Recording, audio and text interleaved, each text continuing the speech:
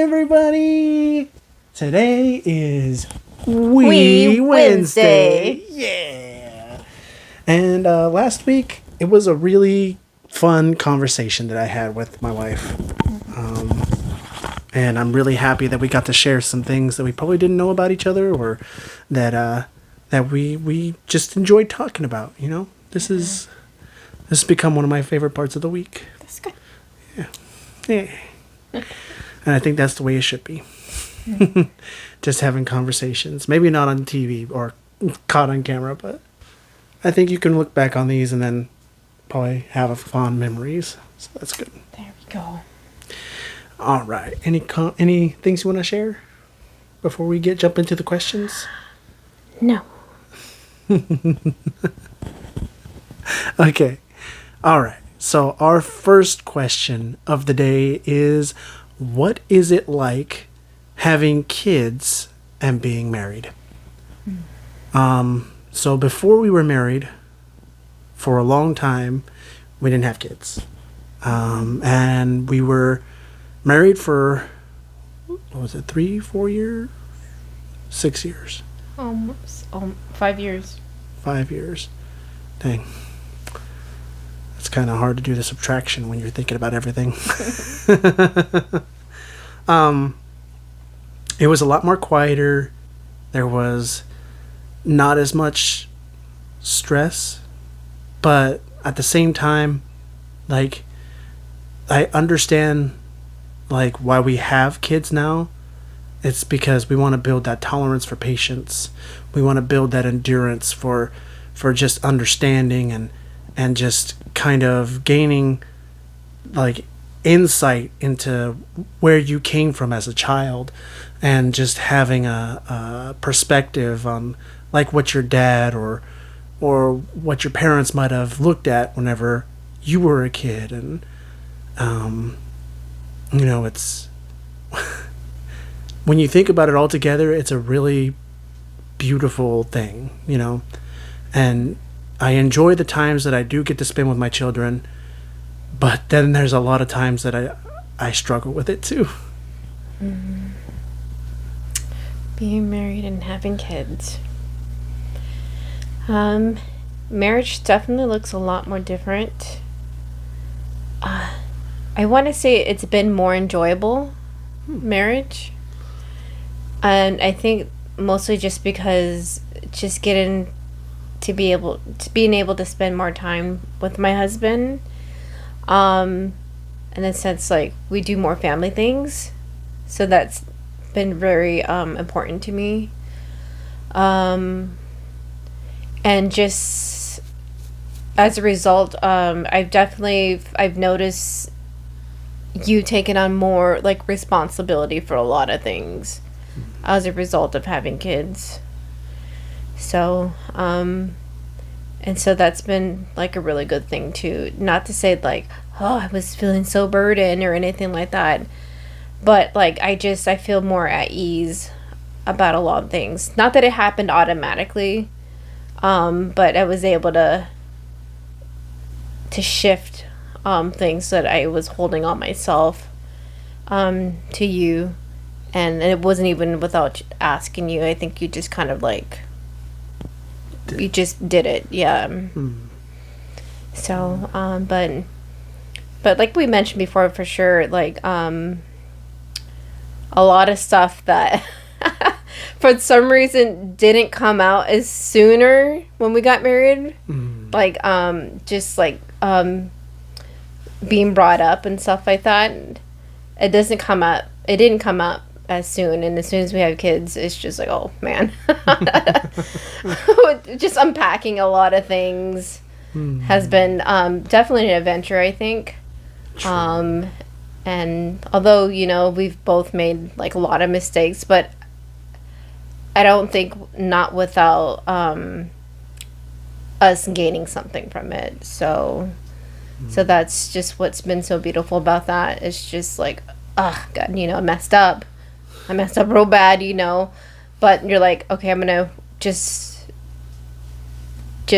you know, in your relationship with Jesus, you know, with God, and just say, like, I really need help with this. Like, I didn't see this such an issue before, and now I see it.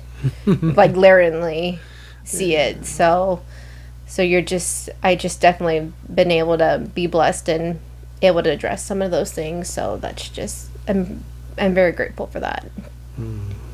That's real good stuff. Real good stuff.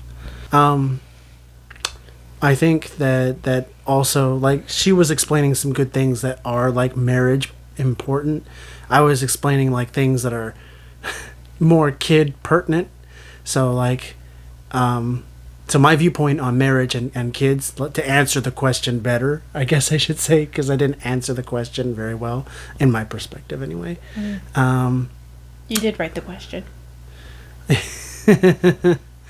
I can agree that, like, with marriage, like, it puts stress on the marriage.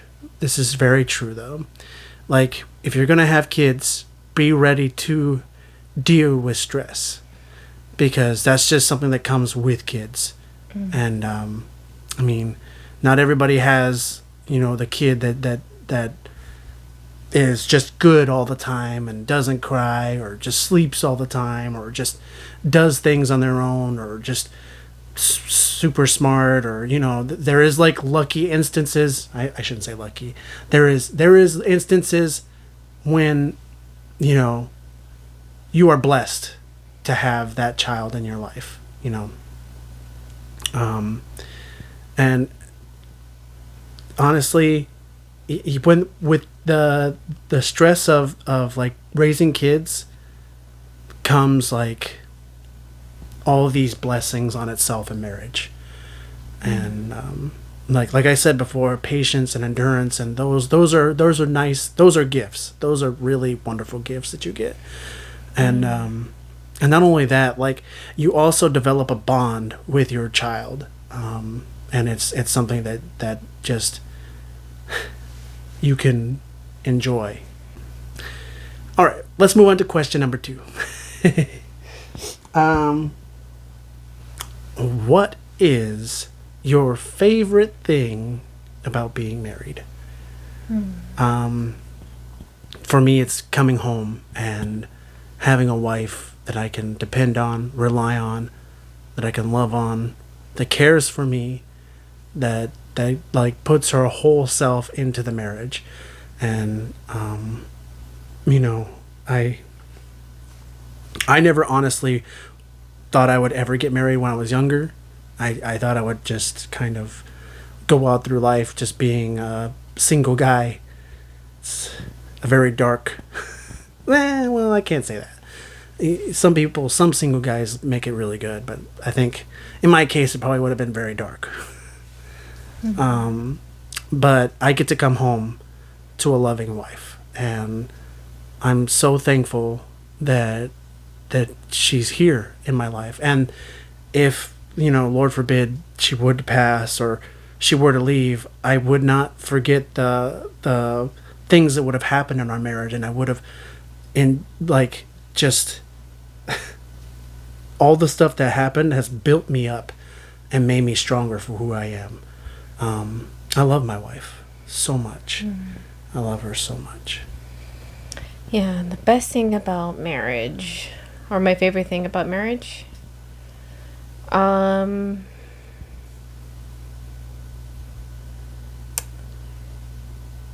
just a joy to be able to share, like, all my experiences with him. It's been just very meaningful to me.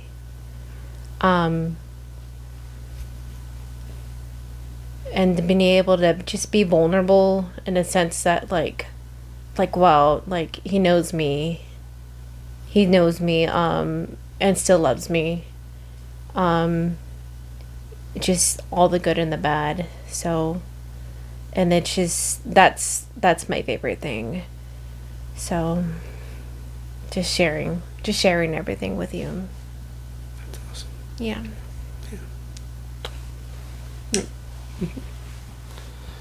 All right. We have 2 more questions. The next question is love languages. Both of ours are actually the same. I think so. Yeah, definitely. Quality time and physical touch. So, and like we were talking in our class before, the other love languages don't like that. They matter, right? And you can still like do those love languages, and you'll get something out of it. But the quality time and physical touch are like the biggest, like what you're gonna get out of it. Yeah. And I think with the physical touch, though, it really melded with the quality time. True. So, and we're not just speaking about, just, sensually, in that sense, but just proximity, Yeah, I know whenever like a rubber back or just like a grab on our arm or just a slow, like a gentle brush or something like that, or just like just soft things, just and I think that we both enjoy those like those caresses or just things that happen throughout the day, you know. And it's just to let the other know that, I'm here. And I know you're here. And I know you're here. Like, I acknowledge you, so. And then the time that we get to spend, like, together, alone from the kids, is, like, very valuable as well. Yeah. Especially, like, this time right here, this is a wonderful time for me and my wife. So, and the last question is a simple question. Do you enjoy gifts?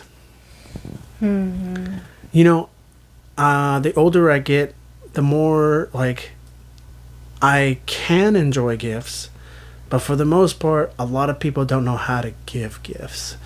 And because they don't know how to give gifts, it's kind of like, when you get a gift, you're like, oh, thank you, and it's like, I understand you're being loving, and I'm like, thank you for the gift.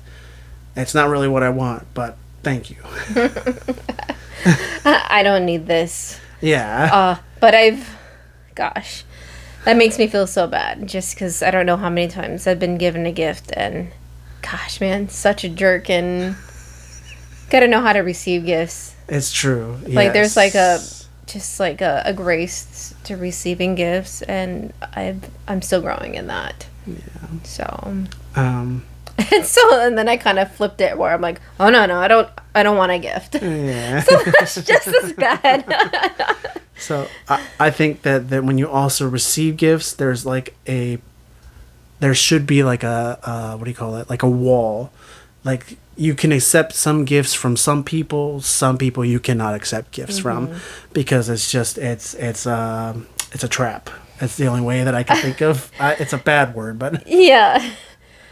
So just like it's off-putting when people give you gifts and you don't know them. You're like, I don't know what this means. Yeah, exactly. You're like, I don't know if I should take this.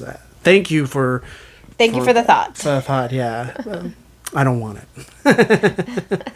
But for those friends that you've known, or the coworkers for a long time, and they try to give you a gift and then you kind of refuse it, that's kind of a jerk move. And it's just something that we have to go, thank you. I really appreciate that you did this for me. And because it usually comes from the heart, especially from kids. Huh? Yeah. I feel less bad about that now, because I didn't know these people.